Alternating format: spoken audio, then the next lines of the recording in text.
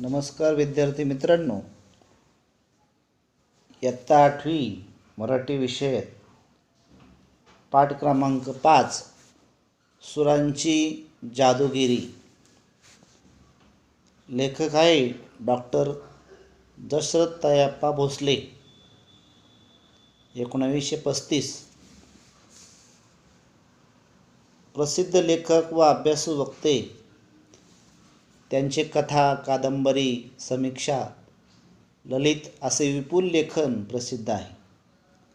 ग्रामीण जीवन, शेतकरी, शेती, शेतमजूर, ग्रामीण संस्कृती, तिथल्या समस्या, ताणतणाव, शेतकऱ्यांचे प्रश्न हे त्यांच्या विविध कथालेखनामधून प्रतिबिंबित होतात.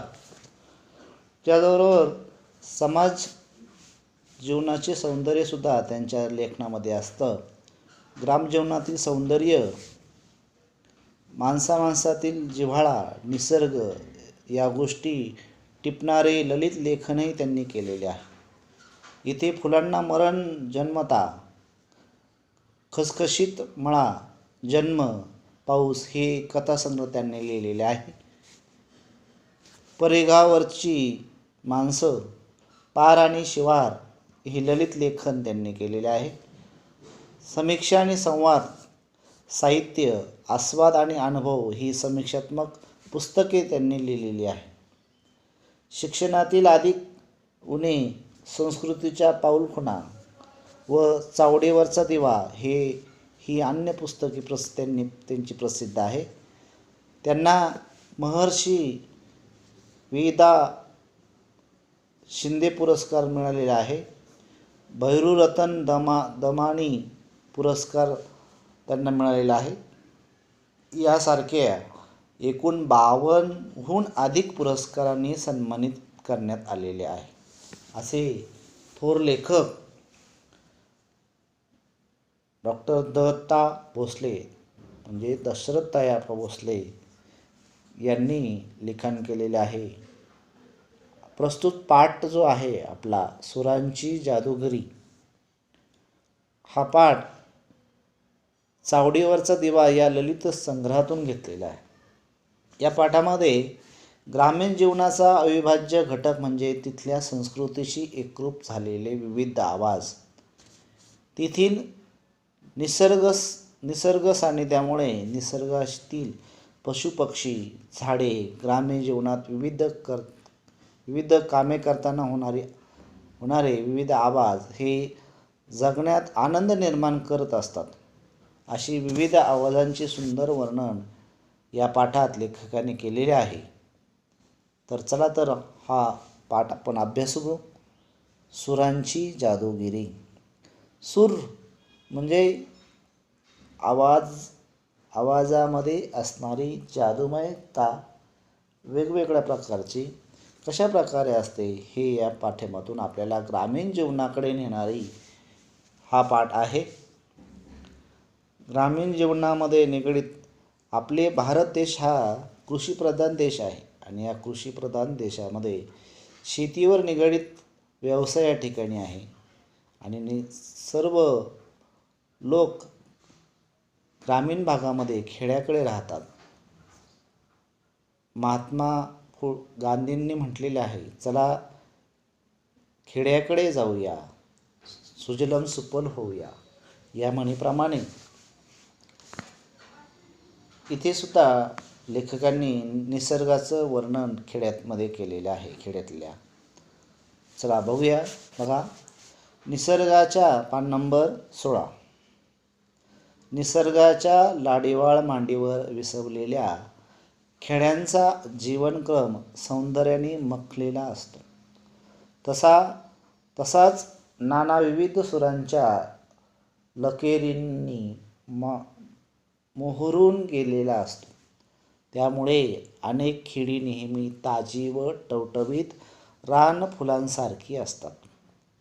खेड्यातला दिवस हा जणू पायात आवाजांचे अलंकार घालून जन्माला येत असतो.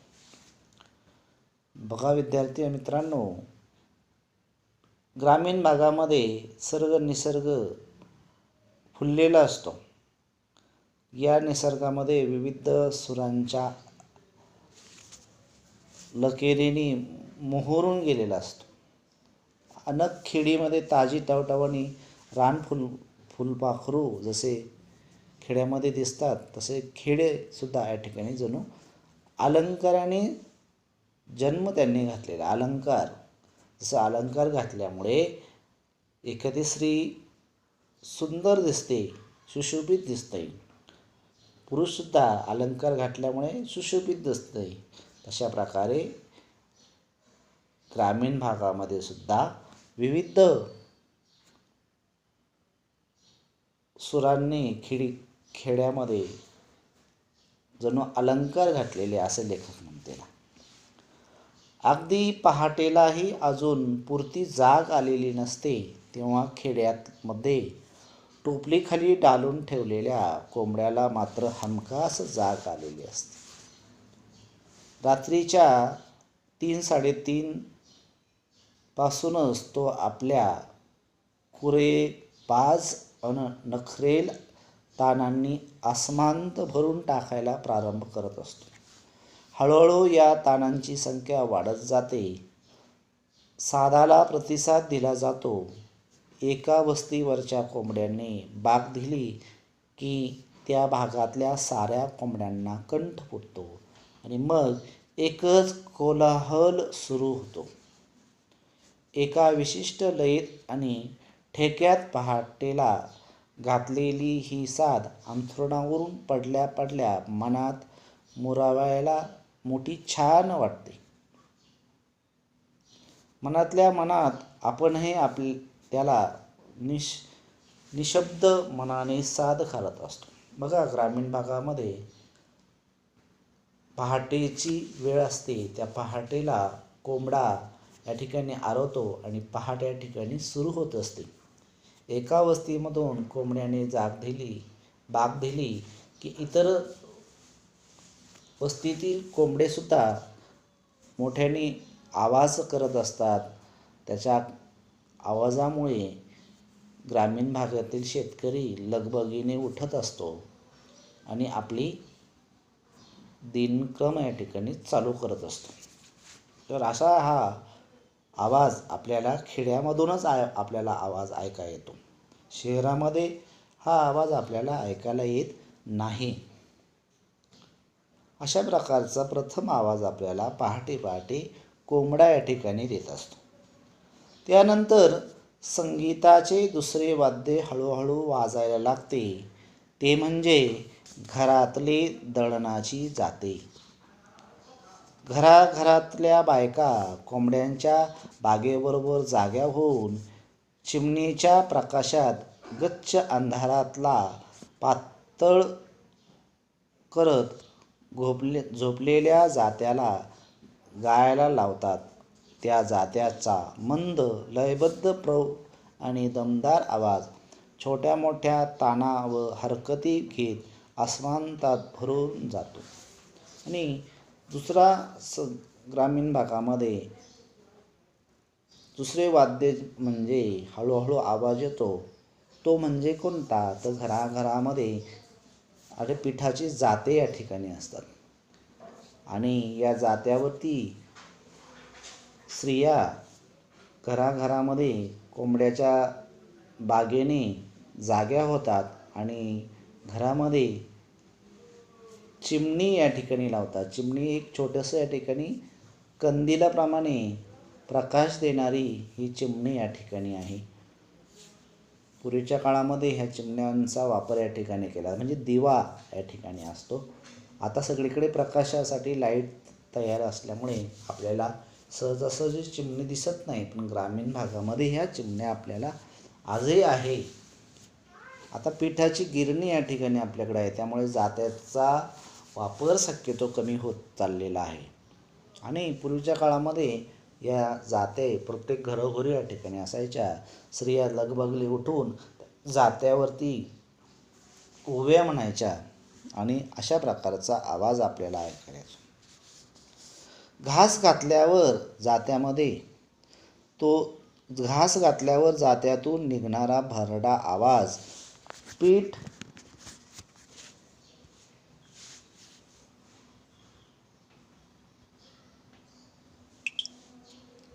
होताना येणारा सौम्य सूर आणि गळा मोकळा झाल्यावर जात्याने काढलेला प्रसन्न व कोमल सुरवट आईच्या उबदार अन मंदपणे हलणाऱ्या मांडीवर मस्तक ठेवून ऐकता ऐकता आपण एका वेगळ्याच वातावरणात जातो.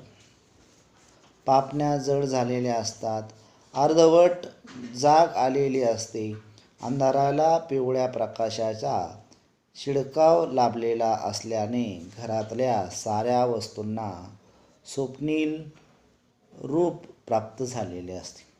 त्या ओळखीच्या असूनही अनोळखी वाटत असतात आणि त्यात जात्यांचे संगीत साऱ्या अंगावर जात्यातून पीठ भुरभुर पडावे तसे सांडत असते. या संगीताला आईच्या गळ्यातल्या गोड ओव्यांनी साथ दिलेली असते. त्यातून तिच्या मनातली लपवून बसलेली स्वप्ने प्रकट होत असतात आणि त्यामुळे आपण आपले उरत नाही. मंदपणे हलणाऱ्या पापण्या केव्हा मिटतात हे समजत नाही. या संगीताला आईच्या अपार कष्टाचा आणि अपार मायेचा मुलायम स्पर्श लाभलेला असतो. त्याची खुमारी केवळ शब्दातीत. म्हणजे बघा विद्यार्थी मित्रांनो, गोल जातं असतं आणि या जात्यामध्ये आणि वरून या ठिकाणी धान्य सोडवलं जातं आणि या जातं हाताने फिरवायचं आणि फिरवल्यानंतर या भरडा आवाज या ठिकाणी त्यातून निघतो आणि पीठ या ठिकाणी सौम्य सूर त्यामध्ये आईच्या गळ्याचा या ठिकाणी असतो. स्त्रिया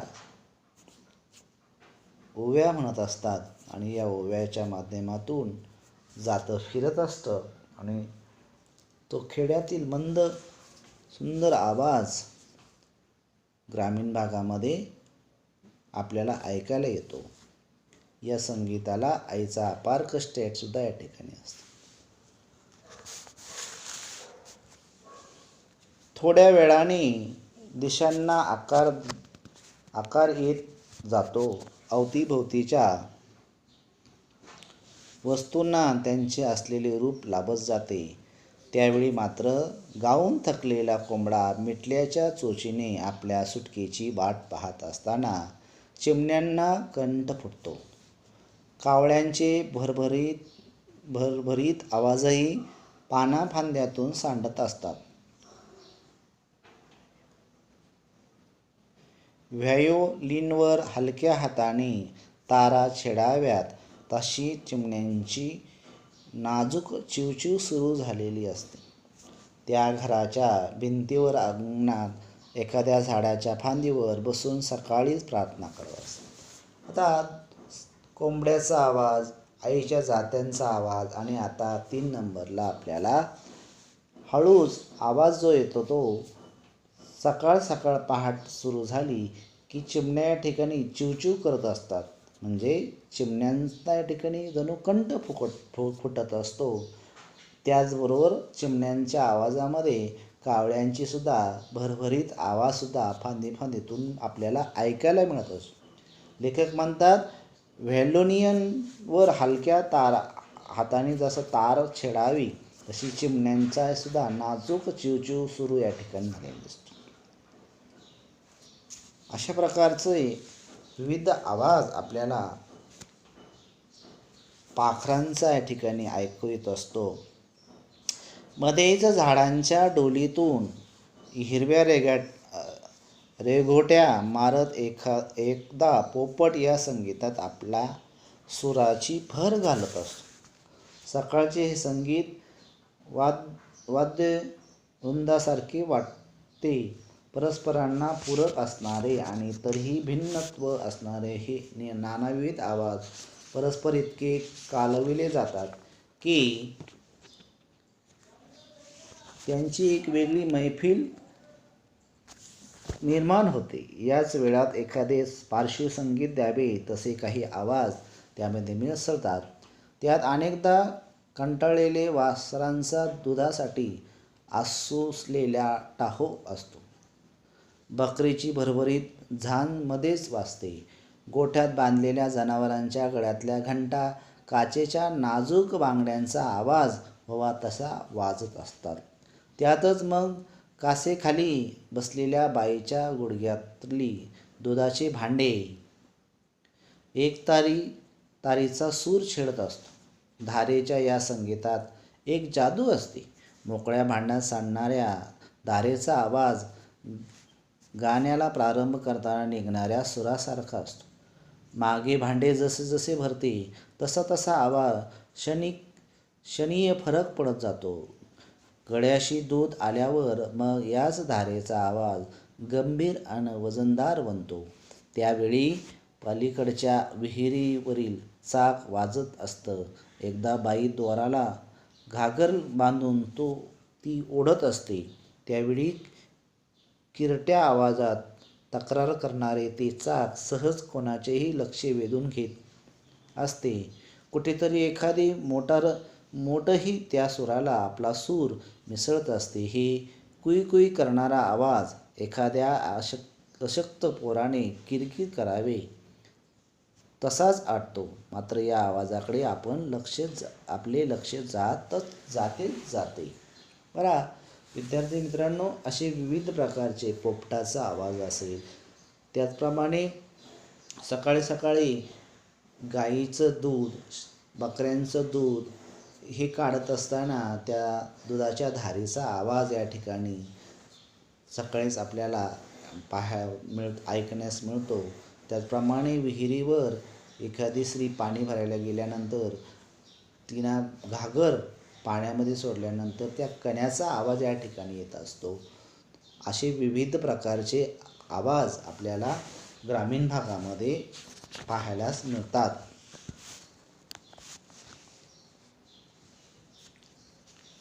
त्याचप्रमाणे अस्मांतात सुरांचे, शब्दांचे आणि आवाजांचे संमेलनच भरलेले दिसते. गावामध्ये जणू एखादं संमेलन जसं भरतं असतं, चर्चासत्र वगैरे, तशा प्रकारे या सुरांचा, शब्दांच्या आणि आवाजांचा एक संमेलन भरलेलं दिसतं असं लेखक या ठिकाणी म्हटलेलं आहे. शाळेतील प्रार्थना मंदपणे आपल्या कानावर येत असते. जनावरांचे हंबरणे मध्येच वातावरणामध्ये भारभूत करत असते. लहान मुलांचा आवाज वातावरणात छेदून आकाशात जात असतो. घरातल्या भांड्यांचा आवाज, धुण्याचा आवाज, भाकरी थापण्याचा आवाज, काटक्या मोडण्याचा आवाज, कोरडेशाला दिसलेल्या फोडणीचा, तडतड करणारा आवाज, ओठ मिटून रवीचे तोंड दाबून ठेवणाऱ्या, ताक घुसळणाऱ्या मठाचा आवाज, त्याचबरोबर सुसू असा आवाज काढणाऱ्या गवळणीचा आवाज, नाना विविध पशुपक्ष्यांचा आवाज, दूर अंतरावर घुमत येणारा झऱ्यांचा आवाज, ओढ्यांची खळखळ, पाण्याची सळसळ, मध्ये पटकन येणाऱ्या चाबकाचा आवाज, रस्त्यावर आकरण भुंकणाऱ्या कुत्र्यांचा आवाज, किड्यामुंगी टिपण्यासाठी बाहेरून पडणाऱ्या कोंबड्यांची काव असा ठोका धरणारा आवाज, देवळातल्या नाना विविध आकारांच्या घंटा, नवजात कोकराच्या मधल्या पट्टीचा आवाज, स्वयंपाक करणाऱ्या आईसमोर आठवून रडत बसणाऱ्या लेकराचा आवाज, जनावरांच्या हंबरण्याचा, त्यांना गाय रानात नेताना येताना शेकडो खोरांचा आवाज, घरकामात दंग झालेल्या एखाद्या सुनेचा बांगड्याचा आवाज, किती म्हणून सांगावे असे विविध आवाज आपल्याला या ठिकाणी ऐकता येतं. वातावरण त्यामुळे सुरांचे बनते आणि आपोआप आपले मन हे आपोआप नाना विविध सुरांच्या संमेलनामध्ये तरून जातं. अशा प्रकारचे लेखकांनी सुरांचे आवाज या ठिकाणी सांगितलेले आहे. तरी विद्यार्थी मित्रांनो, हा पाठ समजलाच असेल तर खालीच पाठ नंबर 18वर जे स्वाध्याय दिलेला आहे तो स्वाध्याय पुस्तकाच्या पाठाच्या आधारे या ठिकाणी सोडवायचा आहे. धन्यवाद.